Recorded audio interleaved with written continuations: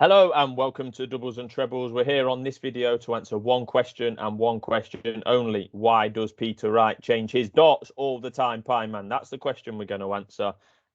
I'll start. I've been a massive critic of him on this channel, but I must stress that it has been purely through the eyes of a betting man. Myself. Not a successful betting man, but a betting man nonetheless.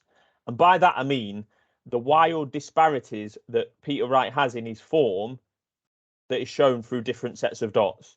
We've seen some absolutely horrendous performances from him one week and some masterful stuff the next, based mostly on which equipment is using. And we don't know what equipment is using until he walks out on stage and throws his first practice throw or first leg.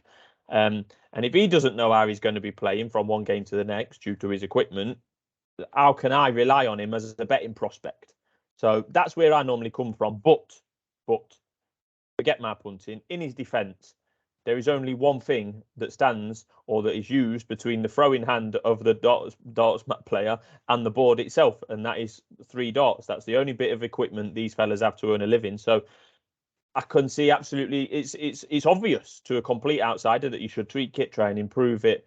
And the margins are so fine, it's only right that they should do that in their quest for perfection. And Peter Wright is a perfectionist. There's literally thousands and thousands of pounds on the line nowadays. The truth is, before I come to you, Pie Man, most of them tweak and change their equipment anyway. It's natural and it's the thing that they should do, whether that be stems, points, flights. But A, it's not very noticeable to the untrained eye like you and I.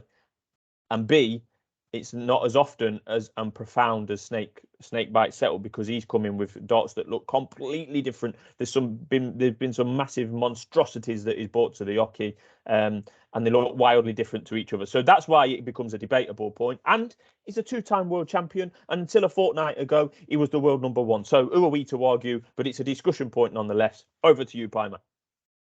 Yeah, I think you make some very interesting points. It's always going to be a conversation that darts fans, darts viewers have. A lot of people just can't get their head around it, because there is a conception with darts that you should stick to the same equipment and practice and practice and practice with that equipment until you know it inside out. People would often compare it to golf. Would you buy a new set of golf clubs all the time? My answer to that would be no, you wouldn't. But you may try someone else's golf clubs on the range to see how they feel. And if you thought it felt better, you may buy that set of golf clubs. And unfortunately, at the top level of sport, which we just can't compare to, as you kind of touched on there, these little 1% can make such a big difference. And because of the sheer amount and volume of darts that is on the agenda now, the calendar goes all year round. Peter Wright can pick and choose his times to have a couple of weeks where he tries these new darts. If they're not working, he could ditch them, go back to his old ones for this big tournament. Then he can try some new ones after that tournament. He's got the wiggle room to try this. And to me, it's clearly worked for him.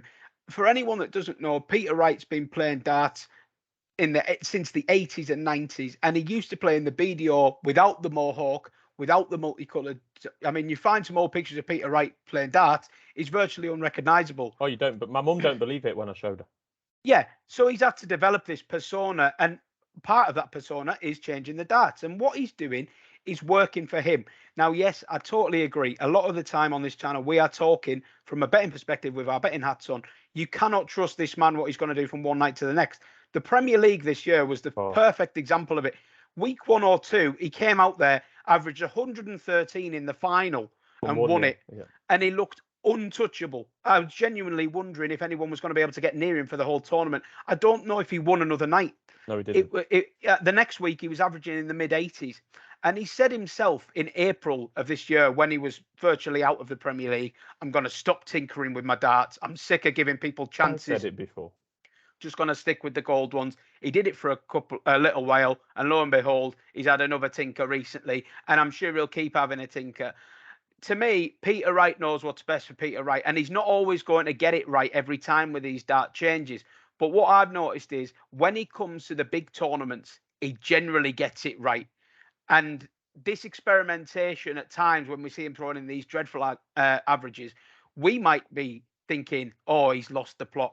He knows what he's doing. He knows when he's going to try the new equipment. He knows when it's just time to pack up the new stuff and go back to the old stuff. There's no coincidence about it when Wright rediscovers his form for a big TV major like the World Championship. And I guarantee you, by the time December comes round, whatever darts he's throwing, he'll be up averaging above a ton again. You can guarantee it, because he knows his game inside out. He knows what works for him. I've heard Phil Taylor come out and question Peter Wright changing his darts, saying that he would be more successful if he didn't. Well, look, it didn't work for Phil Taylor changing darts all the time, but it certainly works for Peter Wright, and I'm certainly not going to slag him off for doing it. And you can make an argument that Michael van Gerwen at the start of 2021 changed his darts, and he was going through a barren for his career, for his CV, going through a barren period. Hadn't won a TV tournament, never mind a major, and now we saw him a couple of weeks ago win the World Match Play. But yeah, like I say, with Snake, it is because it's a talking point, and people are going to talk about it, and because they do look so different visually to even to the man on the sofa like me and you. Yeah, that's why it becomes so profound a lot of the time. But we also have to remember that Sky, we're living in this world of Sky where, especially when there's a tournament on like the Premier League, where you're there every week, there's narratives that get invented by the commentary team. There's no blame attached to them. They've got to sell the product. They've got to have something to talk about in between games. But sometimes we're talking about Peter Wright's darts so much, and we're not talking about other players' darts. And he's just doing very similar things to other players. He just does it in a more high-profile manner. He talks about it. He says these darts are rubbish when he's thrown 100 average with them and stuff, and says that he can average 120 off stage. I'm sure he can. But there's no need to peddle this narrative like to the extreme. It actually annoys me quite a lot. Yes, from a betting perspective, we can't put up Peter Wright with any confidence, but that never ever means that I don't agree with him changing his dart. I actually think it's been one of a couple of things that has reinvented him as the world champion that we see today, and I think darts is a better place for it.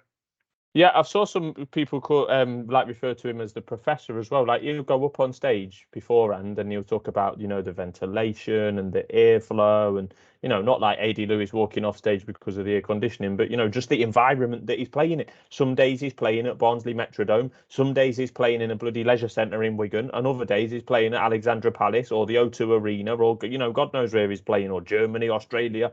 So we can certainly see both sides of it, and as Pyman has rightly said, and that's where we should end really.